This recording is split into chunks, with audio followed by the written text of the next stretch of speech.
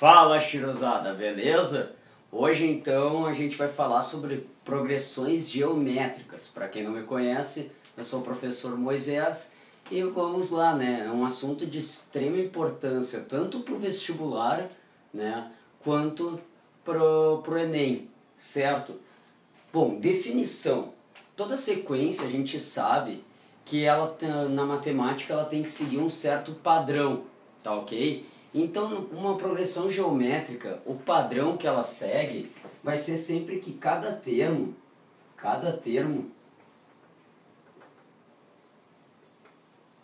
é igual ao seu anterior vezes uma razão que nesse caso a gente chama de razão Q, que é uma constante que tu sempre vai te usufruir, certo? Vamos ver um exemplo na prática para vocês entenderem um pouco melhor. Vamos supor aqui, eu vou te dar um exemplo que o meu primeiro termo, né, o meu A1, seja 3. A minha razão seja igual a 2. E essa minha PG tenha o número de termos de 5 termos, certo? Então, se o meu primeiro termo é 3, o meu segundo termo, o que eu tenho que fazer? Eu tenho que multiplicar por 2, para saber, então, 3 vezes 2 dá 6. O meu terceiro termo, o que eu também vou fazer? Eu vou multiplicar por 2, e eu vou achar o meu terceiro termo. 2 vezes 6 dá 12. O meu quarto termo, eu pego 12, multiplico por 2 e eu acho 24. Consequentemente, o meu quinto termo, eu vou multiplicar por 2, 24 vezes 2, 48. E aí eu achei os meus termos dessa progressão geométrica. Lembrando que eu posso também fazer o caminho inverso, certo? Eu poderia fazer 48 dividir por 2, eu acho também o 24, bem como o 24 dividindo por 2, eu acho o 12, e o 12 dividido por 2, eu acho o 6, e o 6 dividido por 2, eu acho o 3, certo? Eu posso tanto fazer o caminho da ida, quanto o caminho da volta, tá ok? A classificação, tá? Vamos agora perante a classificação. A gente pode dizer que uma PG, ela pode ser classificada, ela sempre vai ter uma maneira de classificação exponencial. Então isso é de suma importância vocês saberem, tá? Que ela vai ser sempre classificada de forma exponencial, certo? Ela pode ter um crescimento ou decrescimento exponencial, claro. E também a gente pode dizer aquele crescimento alternado. Crescimento não, ela seria alternada. Bom, só que isso depende muito do valor da nossa razão, certo? O valor da nossa razão. Vou dar só uma ajeitada aqui na luz que ela está dando um reflexo legal no quadro e não está ajudando a visualização aí, certo? Então, quanto à classificação da nossa razão, a gente pode dizer que quando o meu Q, certo? A minha razão for igual a 1, certo? O elemento neutro da multiplicação 1, a gente pode classificar essa PG como estacionária. Estacionária, ou seja, não muda nada. Ou constante também. A gente pode dizer quando o Q for menor do que zero. Menor do que zero, vai ser negativo nesse caso. Então ela vai ser alternada, certo? Alternada. Ou seja, uma hora vai ser, por exemplo, eu poderia pegar um exemplo quando começasse por 2 e uma razão menos 1, menos 3, vamos pegar. 2 vezes menos 3 dá menos 6. Menos 6 vezes menos 3, eu tenho 18. E assim sucessivamente, o que vai acontecendo? Uma hora aumenta, depois diminui. Aumenta, diminui. Então ela sempre vai ficar alternada nesse caso aí. E a gente pode dizer que quando tiver o módulo da razão, né, nesse caso for maior do que 1, a gente classifica como divergente. Divergente, ou seja, todos os meus termos, nesse caso, eles tendem a aumentar de tamanho. Aumentar de tamanho modular, certo? Tá ok? E tem quando for o módulo da razão menor do que 1, ela vai ser convergente. Convergente. Ou seja, o que vai acontecer? Ele tende a diminuir, todos os termos dessa PG tendem a diminuir de tamanho, tá ok? Então a gente vai, agora vou falar um pouco sobre os elementos básicos de uma progressão geométrica, os elementos básicos. Como é que a gente faz para descobrir a razão de uma PG? Bom, para descobrir a razão de uma PG, certo? Quanto à razão, o que eu tenho que fazer? Para descobrir a razão de uma PG, eu tenho que pegar um termo e dividir pelo seu antecessor. Nesse caso, se eu vou pegar o Q, que seria a minha razão, é igual a um AN, né, um termo qualquer, dividido pelo seu antecessor. E aí eu descubro o valor da minha razão ali, certo? Daquela constante que eu estou sempre multiplicando. E o termo geral, como é que a gente pode classificar o termo geral? O termo geral para descobrir qualquer termo de uma PG. Como é que a gente pode fazer isso aí? Bom, uma dica básica que eu vou dar. Vamos supor, vou dar um exemplo genérico de uma PG. Vou chamar de A1, A2, A3, A4 e A5. Como é que a gente vai chegar ao termo geral dessa PG? Bom, o A1 ele está fixo. Vamos tentar tudo levar em relação ao A1. Então, se eu tenho o meu para descobrir o A2, o que eu faço? Eu pego o meu A1 e multiplico pela razão. E aí eu descobriria o meu A2. O meu A3, eu teria o quê? Seria o meu A1 vezes a razão, vezes a razão de novo, certo? O que eu estou fazendo? Eu sempre vou ter multiplicando pela razão Q. Tá ok? E isso, consequentemente, vai me dar o quê? Diz que o meu A3 é igual ao A1 vezes a razão elevado ao quadrado. O que está acontecendo aqui? Multiplicação de mesma base, eu somo os expoentes. Então, para achar o meu A3, eu pego o meu A1 e multiplico pela razão ao quadrado. O meu A4 vai ser o quê? O meu A1 vezes a razão, vezes a razão, vezes a razão, ou seja, 3 razões.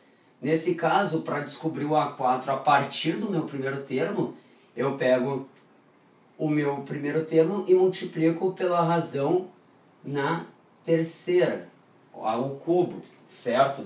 E o quinto termo? Bom, agora o que vocês já estão verificando aqui? Que se eu quiser saber um termo, eu pego, o meu expoente sempre vai ser menos 1 aquele termo. Então, nesse caso, o meu A5 vai ser o quê? A partir o meu A1 vezes a razão 5 menos 1, o que eu tenho?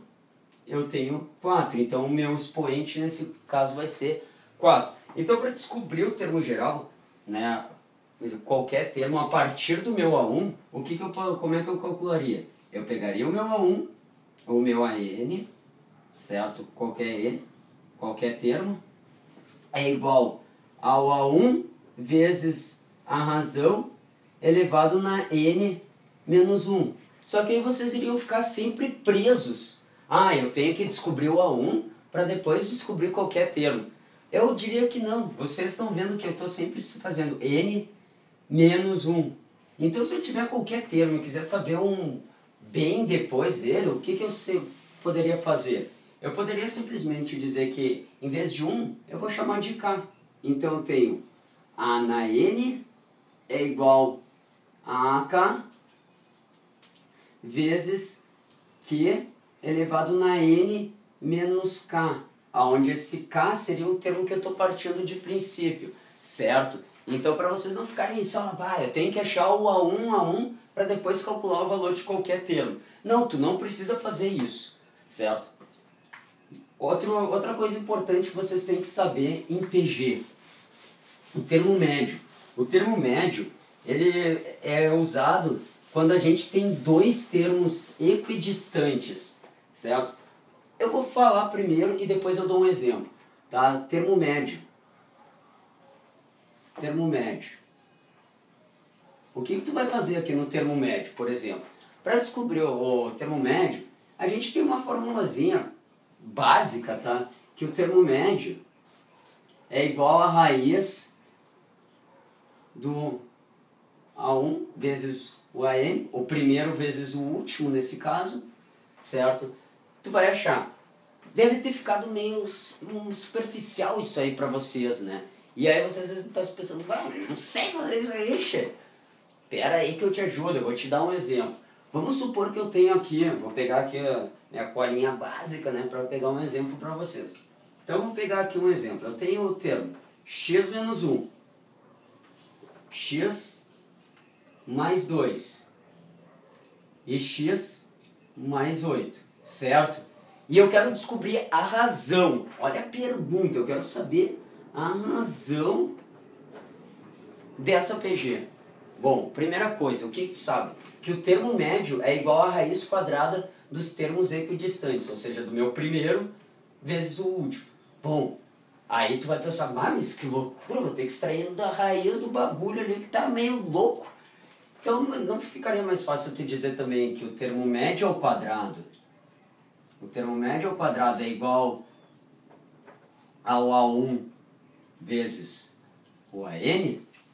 Os termos equidistantes, o produto dos termos equidistantes, mesma distância, certo? Então eu poderia dizer, quem é o termo médio?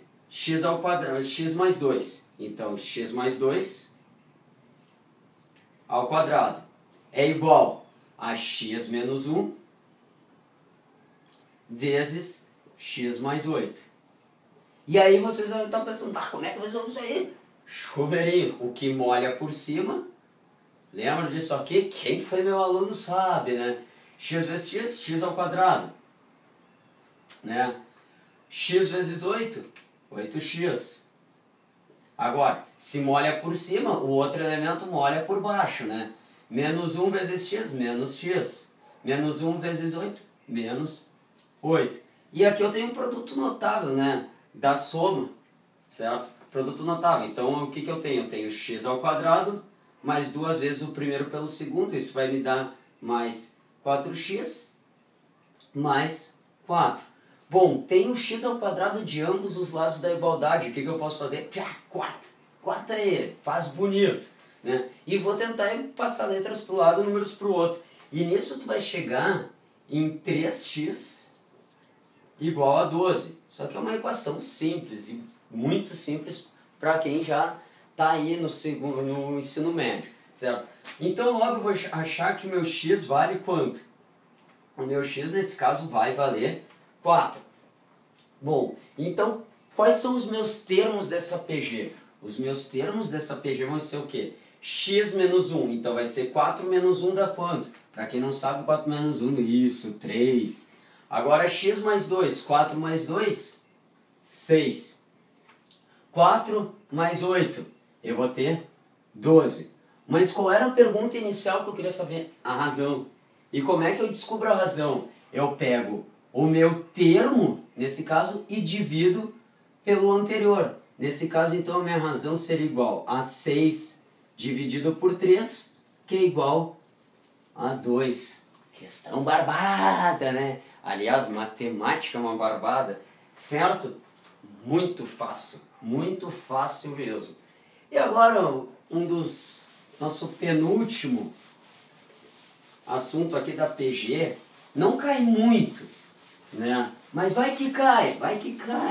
E se cair, tu, né, Chiru? tu vai acertar, porque tu sabe, né? Tu estudou. Então eu vou chegar aqui. A soma dos N termos. Cuidem aqui, é dos N termos. Não é dos infinitos termos de uma PG, é dos N. É uma PG que já tem a quantidade de termos definido. Como é que tu descobre?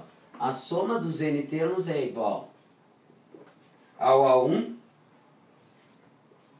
vezes o AN menos 1 dividido por Q menos 1.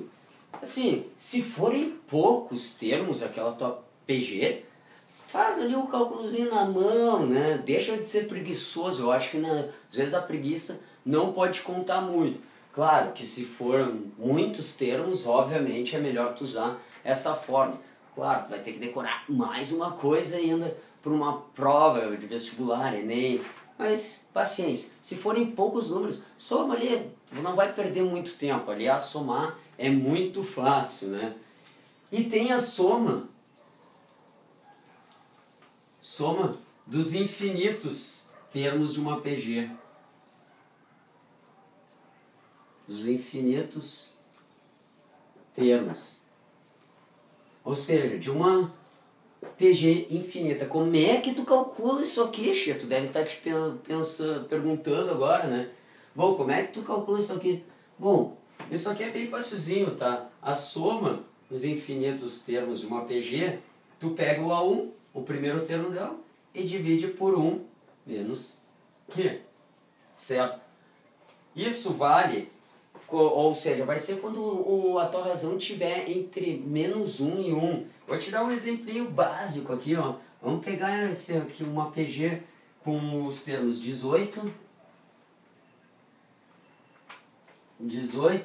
6, 2 e para. Não sei quantos termos tem essa PG, mas e eu quero saber a soma, quanto é que vai dar a soma desse cara aqui. Barbada. O A1 vale quanto? Né? O teu A1 vai valer quanto? O teu A1 é 18. Ah, mas eu não sei a razão. Sabe sim. O que tu faz? A razão é um termo dividido pelo outro. Então eu tenho o quê? Pelo anterior. Então tenho 6 por 18 e aí eu chego na resposta de 1/3. Então eu tenho 1 menos 1/3. Certo? E aí vocês já devem estar, meu Deus, é muita coisa. Não é muita coisa não. 1 menos 1/3 é igual a 2/3. Então eu tenho 18 dividido por 2/3. Divisão entre frações. Eu mantenho a primeira e inverto a segunda. 18 vezes 3 sobre 2. Dá para simplificar aqui, ó. 18 por 2 dá 9. 3 vezes 9, 27. Então a soma dos infinitos termos dessa PG aqui chegaria na resposta de 27. Certo, galera? Lembrando, quem tiver alguma dúvida e quiser perguntar aí, perguntem aí nos comentários, certo? E também não esqueçam de compartilhar esse vídeo, curtir, dar o seu like aí, certo? Então tá, galera, feito, até a próxima, tchau!